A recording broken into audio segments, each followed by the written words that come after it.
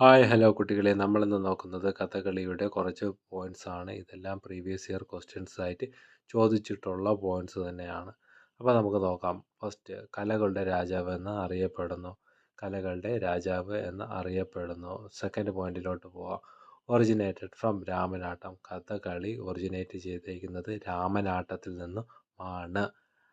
Third point, ആദ്യ ചടങ്ങിൻ്റെ പേരാണ് കേളികൊട്ട്. അപ്പോൾ ആദ്യത്തെ ചടങ്ങിൻ്റെ പേരാണ് എന്തെന്ന് പറയുന്നത് കേളികൊട്ട്. കഥകളി ആരംഭിക്കുന്നത് കേളി കൊട്ടിക്കൊണ്ടാണ്.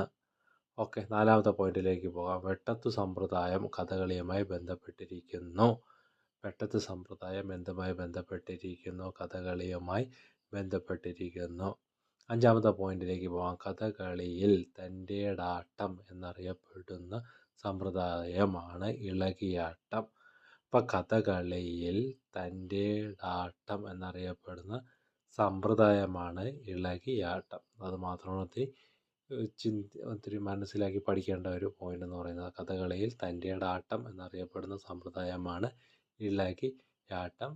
ഫസ്റ്റ് പറഞ്ഞത് എന്താണ്? കലകളുടെ രാജാവ് എന്നറിയപ്പെടുന്നു. Originated from Ramanattam. ആദ്യത്തെ ചടങ്ങിൻ്റെ പേര് കേളികൊട്ട്. വെട്ടത്ത് സമ്പ്രദായം കഥകളിയുമായി ബന്ധപ്പെട്ടിരിക്കുന്നു.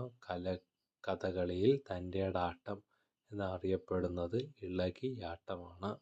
ഓക്കെ.